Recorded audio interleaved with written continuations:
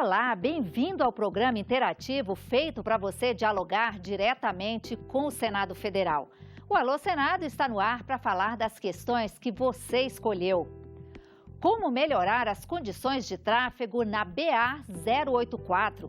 O que pode ser feito para que mais professores atendam às áreas indígenas? Vereadores de cidades pequenas podem ter salários altos? Onde é investido o dinheiro que o Banco do Brasil recolhe para o Fundo dos Produtores Rurais? Quais são as soluções para a crise econômica que o Brasil atravessa?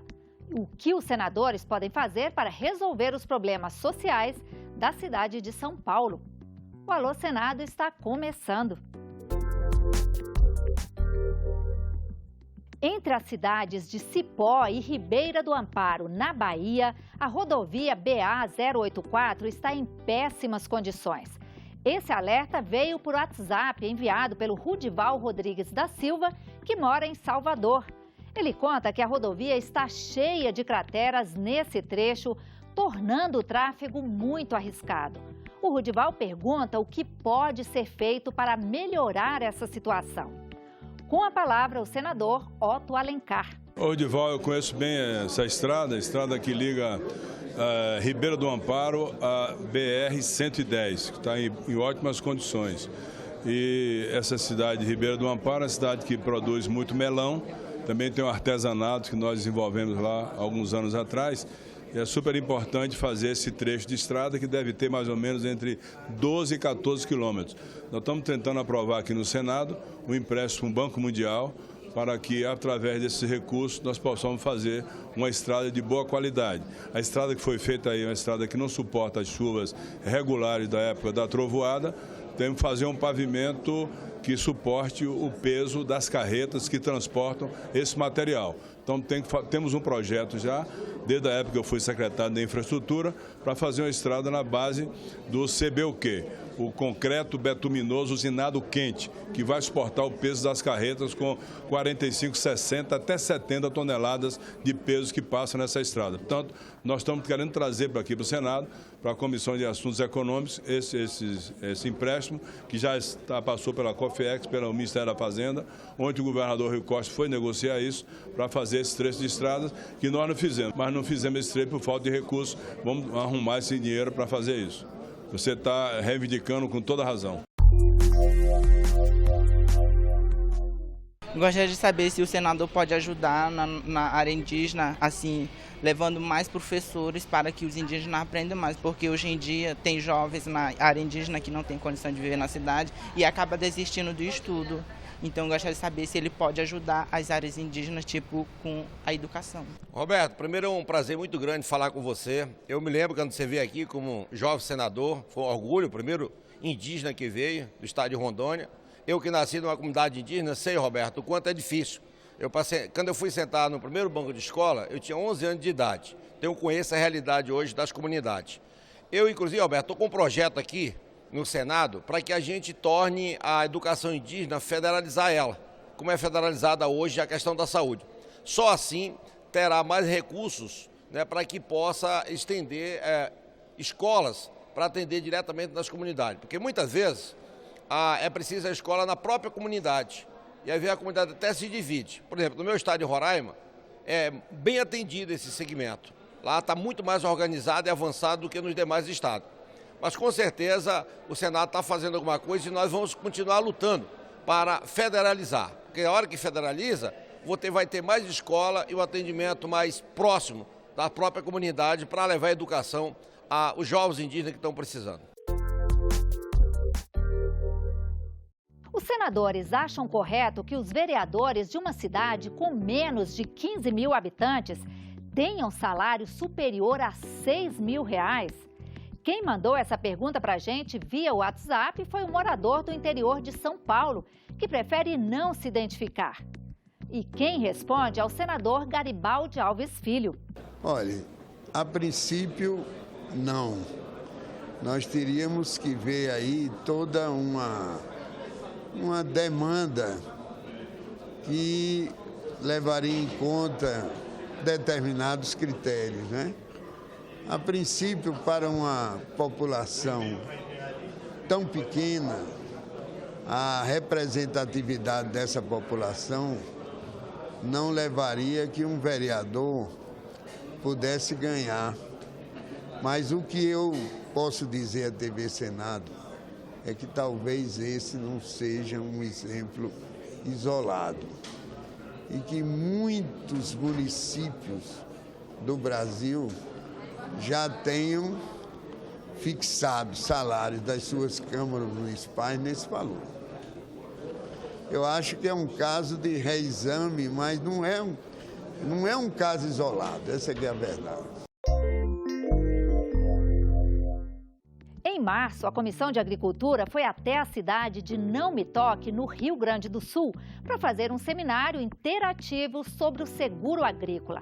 A Grace Ellen Murray, que mora no Rio de Janeiro, acompanhou tudo online pelo portal E-Cidadania e aproveitou para mandar uma mensagem. Ela conta que existe uma poupança do Banco do Brasil direcionada para os produtores rurais. A Grace gostaria de saber como o banco investe esse dinheiro. A resposta fica por conta da presidente da Comissão de Agricultura, senadora Ana Amélia. Grace, olha, você levanta uma questão. Hoje é um grande debate. Eu penso que deveria haver transparência, o próprio banco informar não só para os acionistas, mas para os produtores rurais que tomam crédito, como esse dinheiro está sendo aplicado. Então, é a forma mais correta do gestor público de fazer essas políticas. Independente disso, nos balanços do banco, há informação. Mas eu acho que não é apenas isso necessário. Seria conveniente que o próprio banco explicasse na sua diretoria, que é muito bem conduzida pelo Dr. Osmar Dias, ex-senador, um ex-secretário de Agricultura do Paraná, a explicar para os agricultores e para os acionistas o uso desse dinheiro do Banco do Brasil, que é o fundo destinado especificamente para a agricultura. Se fosse presidente do Brasil, o que o senador Roberto Requião faria para resolver a nossa crise econômica? Quem pergunta é o José Francisco Cardoso, que mora em Colorado, no Paraná. O senador Roberto Requião responde.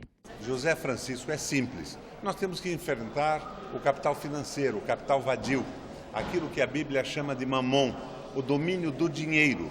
Você veja, querem cortar benefícios da Previdência, mas ao mesmo tempo o Brasil e a Estônia são os dois países do mundo que não tributam lucros de acionistas em empresas. Quem ganha muito dinheiro não paga nada.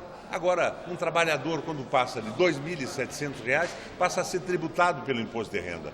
O domínio do capital financeiro é o mal da economia brasileira e o mal do mundo.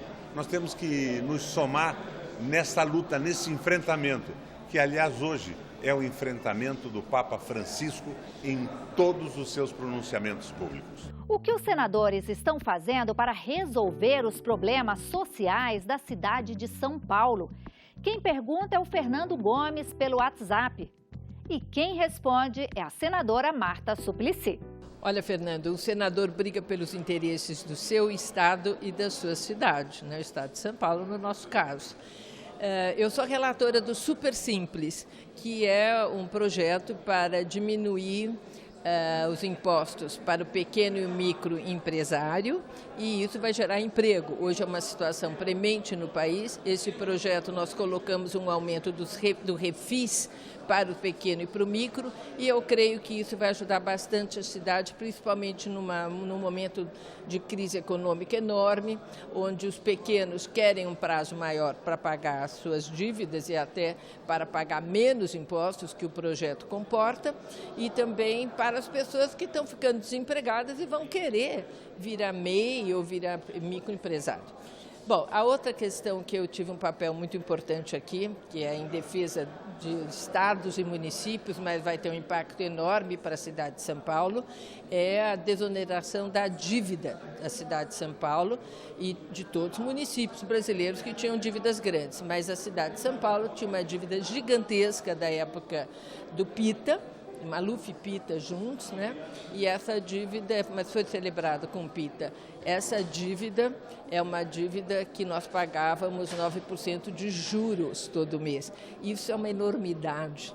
e essa foi diminuído, acho que para 4%, e isso vai favorecer um recurso maior para São Paulo, que vai poder ser usado no que a cidade mais precisa e que tem sido feito muito pouco. E por hoje é só. O Alô Senado volta na semana que vem. Fique ligado nos próximos programas e faça contato com a gente. Pelas redes sociais, acesse twitter.com/alôsenado ou facebook.com/alôsenado federal. Se preferir o WhatsApp, o número é o 6199-661616. Por telefone, ligue para o 0800 61 2211 e para enviar uma mensagem escrita, o endereço é senado.leg.br/tv. A gente se vê no próximo programa. Até lá!